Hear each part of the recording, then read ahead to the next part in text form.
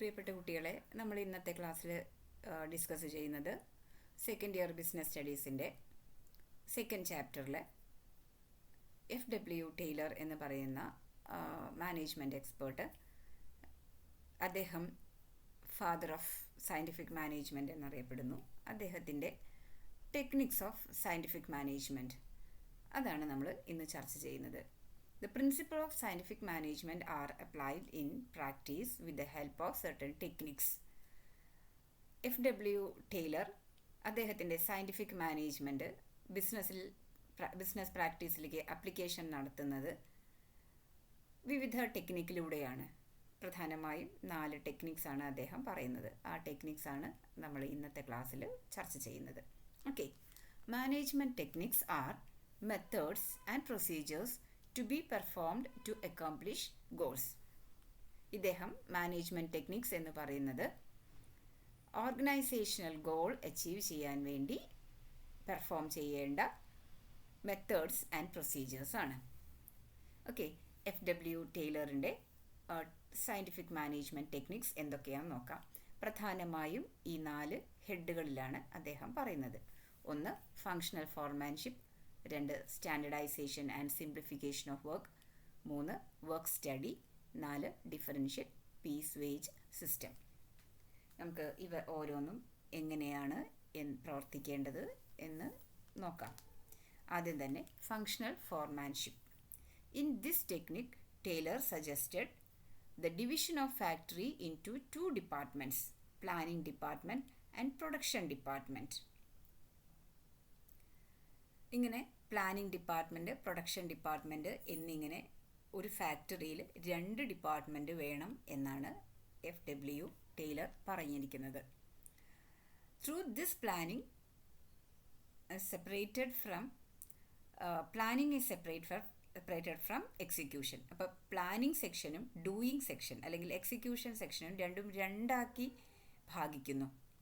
Okay, അവിടെ planning ഇൻചാർജും production ഇൻചാർജും ഇങ്ങനെ 2 ഓഫീസേഴ്സ് അതിനുണ്ട്. ഈ FW ടൈലറുടെ ഫങ്ഷണൽ ഫോർമാൻഷിപ്പിൻ്റെ ഡയഗ്രമാറ്റിക് റെപ്രസെൻറ്റേഷനാണ് കാണിക്കുന്നത്. ഇവിടെ ഫാക്ടറിയിൽ ഒരു ഫാക്ടറി മാനേജർ ഉണ്ടാവും. അദ്ദേഹത്തിന് കീഴിൽ 2 പ്രധാന ഡിപ്പാർട്ട്മെൻറ്റുകളുണ്ട്, പ്ലാനിംഗ് ഡിപ്പാർട്ട്മെൻറ്റും പ്രൊഡക്ഷൻ ഡിപ്പാർട്ട്മെൻറ്റും. അതിന് പ്ലാനിംഗ് ഡിപ്പാർട്ട്മെൻറ്റിൻ്റെ ഹെഡായി പ്ലാനിംഗ് ഇൻചാർജ് ഉണ്ട്, പ്രൊഡക്ഷൻ ഡിപ്പാർട്ട്മെൻറ്റിൻ്റെ ഹെഡായി പ്രൊഡക്ഷൻ ഇൻചാർജ് ഉണ്ട്. ഇനി പ്ലാനിംഗ് ഇൻചാർജിന് കീഴിൽ 4 വ്യത്യസ്ത സെക്ഷൻസ് ഉണ്ട്. ആ 4 വ്യക്തികൾ ആരൊക്കെയാണെന്ന് നോക്കാം. Instruction card clerk, route clerk, time and cost clerk, disciplinarian.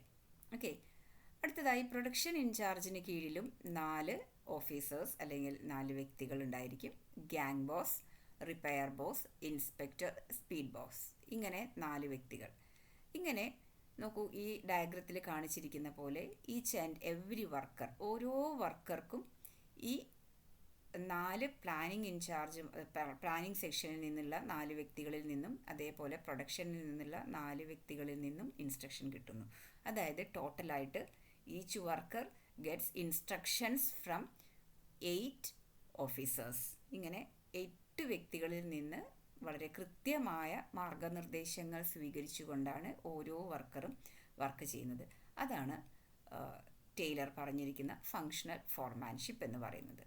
Okay, അപ്പോൾ 8 functional experts are suggested by Taylor. ഓരോ ഏരിയയിലും എക്സ്പേർട്ടായ 8 വ്യക്തികൾ ഉണ്ടായിരിക്കും. പ്ലാനിങ്ങിൽ അതിൻ്റെ കാര്യങ്ങൾ എക്സ്പേർട്ടായ 4 വ്യക്തികളും പ്രൊഡക്ഷനിൽ അതിൻ്റെ കാര്യങ്ങളിൽ എക്സ്പേർട്ടായ 4 വ്യക്തികളും. അങ്ങനെ 8 ഫങ്ഷണൽ എക്സ്പേർട്ടുകൾ നിന്ന് ആണ് ഓരോ വർക്കറും ഇൻസ്ട്രക്ഷൻസ് സ്വീകരിക്കുന്നത്. ഓക്കെ, അടുത്തതായി അദ്ദേഹം പ്രധാനപ്പെട്ട ടെക്നിക്സായി പറയുന്നത് standardisation and simplification of work. Standardization refers to the process of setting standard for every business activity.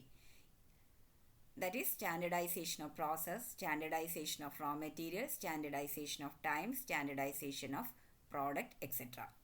ഇവിടെ സ്റ്റാൻഡർഡൈസേഷൻ എന്ന് പറയുന്നത് ഉൽപ്പാദന രീതി, ഉൽപ്പാദിപ്പിക്കാൻ ഉപയോഗിക്കുന്ന മെറ്റീരിയൽ, അതിനുപയോഗിക്കുന്ന അസംസ്കൃത വസ്തുക്കൾ, അതിനുപയോഗിക്കുന്ന ടൂൾസ്, അതിന് സെറ്റ് ചെയ്തിരിക്കുന്ന ടൈം, ഒരു ഉൽപ്പന്നം ഉണ്ടാക്കാൻ ആവശ്യമായി സെറ്റ് ചെയ്തിരിക്കുന്ന ടൈം, അതേപോലെ ആ ഉൽപ്പന്നത്തിനുണ്ടായിരിക്കേണ്ട ക്വാളിറ്റി, ഇങ്ങനെ എല്ലാ കാര്യങ്ങളിലും ഒരു സ്പെസിഫൈഡ് സ്റ്റാൻഡേർഡ് ഉണ്ടായിരിക്കും എന്നാണ് സ്റ്റാൻഡേർഡൈസേഷനിൽ ടെയ്ലർ വിഭാവനം ചെയ്യുന്നത്. Standardisation does not mean quality standard, but it refers to setting up standard for size, type, weight and quality of product. അപ്പോൾ ഒരു സ്റ്റാൻഡേർഡൈസേഷൻ എന്ന് ഉള്ളത് കൊണ്ട് ഉദ്ദേശിക്കുന്നത് ഒരു പ്രൊഡക്റ്റിൻ്റെ ക്വാളിറ്റി മാത്രമല്ല, പിന്നെ എന്തൊക്കെയാണ്? Setting of standard for size, type, weight and quality. ഒരു പ്രോഡക്റ്റിൻ്റെ സൈസ്, അതേപോലെ തന്നെ ടൈപ്പ്, വെയ്റ്റ്, അതേപോലെ ക്വാളിറ്റി, എല്ലാ കാര്യങ്ങളിലും സ്റ്റാൻഡേർഡ് ഉണ്ടായിരിക്കണം എന്നാണ് പറയുന്നത്. And simplification aims at eliminating unnecessary diversity of product.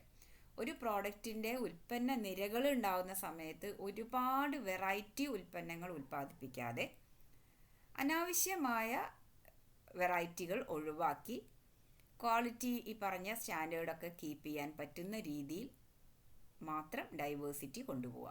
അതായത് എലിമിനേഷൻ ഓഫ് അൺനെസസറി ഡൈവേഴ്സിറ്റി, അനാവശ്യമായ ഡൈവേഴ്സിറ്റി ഒഴിവാക്കുക എന്നുള്ളതാണ് സിംപ്ലിഫിക്കേഷൻ എന്നതുകൊണ്ട് ടെയ്ലർ ഇവിടെ ഉദ്ദേശിക്കുന്നത്. ഓക്കെ, അടുത്തതായി വർക്ക് സ്റ്റഡി എന്നതുകൊണ്ട് it is a systematic objective oriented analysis critical assessment of performance of workers in various operations in a workshop. Work study എന്നതുകൊണ്ട് ഇദ്ദേഹം ഉദ്ദേശിക്കുന്നത് സിസ്റ്റമാറ്റിക്, അതേപോലെ തന്നെ ഒബ്ജക്റ്റീവ്, ലക്ഷ്യാധിഷ്ഠിതമായ analysis.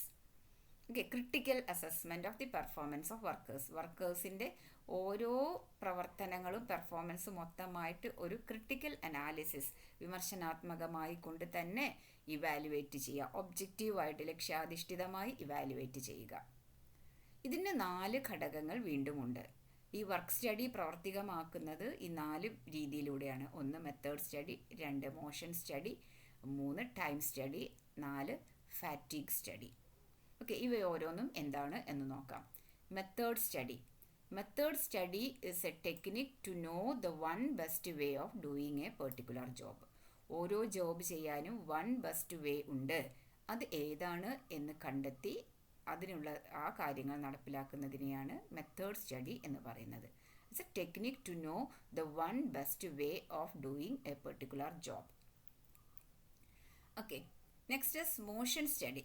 Motion study refers to the study of various movements like sitting, standing, holding, turning, changing position, etc. of workers while performing a particular job.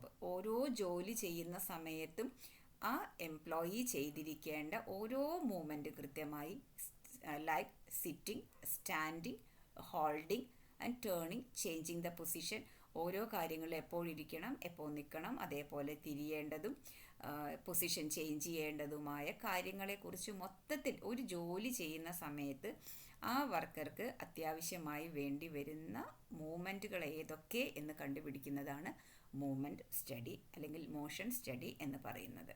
Okay, അടുത്തതായി time study determines the standard time taken by a workman to perform a given task. അദ്ദേഹത്തിന് നൽകിയിരിക്കുന്ന, ഒരു വർക്കർക്ക് നൽകിയിരിക്കുന്ന ആ task, ആ job ചെയ്തു തീർക്കാൻ ആവശ്യമായ സ്റ്റാൻഡേർഡ് ടൈം എത്രയാണ് എന്ന് കണ്ടെത്തുന്നതിനെയാണ് ടൈം സ്റ്റഡി എന്ന് പറയുന്നത്. ഓക്കെ, അടുത്തതായി ഫാറ്റിഗ് സ്റ്റഡി, ക്ഷീണപഠനം. It is a human tendency that a person feel tired physically and mentally if she or he does not rest while working. The rest period enables one to regain the stamina and to work again. This will result in increased productivity. Okay, ഇപ്പോൾ ഒരു മനുഷ്യൻ പ്രവർത്തിക്കുന്ന സമയത്ത് തീർച്ചയായിട്ടും ക്ഷീണം അനുഭവപ്പെടും. Work എടുക്കുന്നതിൻ്റെ ഇടയ്ക്ക് ആവശ്യമായ ഇടവേളകളിൽ റെസ്റ്റ് എടുക്കുന്നത് അദ്ദേഹത്തിൻ്റെ വർക്ക് ചെയ്യാനുള്ള സ്റ്റാമിന തിരിച്ചെടുക്കാൻ സഹായിക്കുന്നു. ഓക്കെ, ഇത് ഉൽപ്പാദനക്ഷമത വർദ്ധിപ്പിക്കുന്നു. അതുകൊണ്ട് തന്നെ ആണ് ഫാറ്റിഗ് സ്റ്റഡി വരുന്നത്. ഏറ്റവും ചുരുക്കി ഫാറ്റിഗ് സ്റ്റഡിയെ നമുക്ക് പറയാം. Fatigue study intends to find out the number and frequency of rest intervals that must be provided to a worker. ഇപ്പോൾ ഫാറ്റിഗ് സ്റ്റഡി എന്ന് പറയുന്നത് number of frequency of rest intervals എപ്പോഴൊക്കെ വേണം, എത്ര അളവിൽ വേണം എന്ന് കണ്ടെത്തുന്നതിനെ ആണ് ഫാറ്റിഗ് സ്റ്റഡി എന്ന് പറയുന്നത്. ഇപ്പം നമ്മൾ 3 ടെക്നിക്സാണ് ഇപ്പോൾ ചർച്ച ചെയ്തത്. ആദ്യം തന്നെ നമ്മൾ പറഞ്ഞു ഫങ്ഷണൽ ഫോർമാൻഷിപ്പ്. അവിടെ 2 ഡിപ്പാർട്ട്മെൻ്റ് ഉണ്ട്, planning department and production department. രണ്ടിലും അതായത് പ്ലാനിംഗ് സെക്ഷനിൽ 4 എക്സ്പേർട്ടുകൾ, പ്രൊഡക്ഷൻ സെക്ഷനിൽ 4 എക്സ്പേർട്ടുകൾ, ഇങ്ങനെ 8 എക്സ്പേർട്ടുകളിൽ നിന്നൊരു വർക്കർ ഇൻസ്ട്രക്ഷൻസ് സ്വീകരിക്കുന്നു. പിന്നെ അതേപോലെ എല്ലാ കാര്യങ്ങളും ഒരു സ്റ്റാൻഡേർഡൈസേഷൻ വേണം. അതേപോലെ അൺനെസസറി ഡൈവേഴ്സിഫിക്കേഷൻ ഒഴിവാക്കിക്കൊണ്ട് ഒരു സിംപ്ലിഫൈഡ് പ്രൊഡക്റ്റ് റോ ആണ് വേണ്ടത്. അതേപോലെ തന്നെ നമ്മൾ വർക്ക് സ്റ്റഡി എന്ന് പറഞ്ഞു. വർക്ക് സ്റ്റഡിക്ക് വീണ്ടും 4 സബ് എലമെൻറ്റുകളുണ്ട്: method study, motion study, time study and fatigue study. Okay, ഇത്രയാണ് ഉള്ളത്. ഇനി 4ാമത്തെ കാര്യം ടൈലർ പറഞ്ഞിരിക്കുന്നത് ഡിഫറൻഷ്യൽ പീസ് വേജ് സിസ്റ്റം എന്നാണ്. എന്താണ് ഡിഫറൻഷ്യൽ പീസ് വേജ് സിസ്റ്റം എന്നതുകൊണ്ട് ഇദ്ദേഹം ഉദ്ദേശിച്ചത്? Differential piece wage rate system is a system of wage payment in which efficient and inefficient workers are paid at different rates. Differential piece wage system അല്ലെങ്കിൽ differential piece rate system ഇത് simultaneous ആയിട്ട് ഉപയോഗിക്കുന്നുണ്ട്. അപ്പോൾ wage payment കൊടുക്കുന്ന സമയത്ത്, ഒരു തൊഴിലാളിക്ക് കൂലി കൊടുക്കുന്ന സമയത്ത്, റെമ്യൂണറേഷൻ കൊടുക്കുന്ന സമയത്ത് എഫിഷ്യൻ്റ് വർക്കർക്കും ഇനെഫിഷ്യൻ്റ് വർക്കർക്കും 2 നിരക്കുകൾ നൽകണം എന്നാണ് ടൈലർ പറഞ്ഞിരിക്കുന്നത്. തീർച്ചയായിട്ടും 2 നിരക്കുകൾ കൊടുക്കുന്ന സമയത്ത് എഫിഷ്യൻ്റ് വർക്കർക്ക് കൂടിയ നിരക്കും ഇനെഫിഷ്യൻ്റ് വർക്കർക്ക് താരതമ്യേന കുറഞ്ഞ റേറ്റും കൊടുക്കണം എന്നാണ് ടൈലർ പറഞ്ഞിരിക്കുന്നത്. അതായത് differential piece rate system suggest 2 piece rate. Higher rate for efficient worker who produce standard output or more. The lower rate for inefficient worker who produce less than standard output.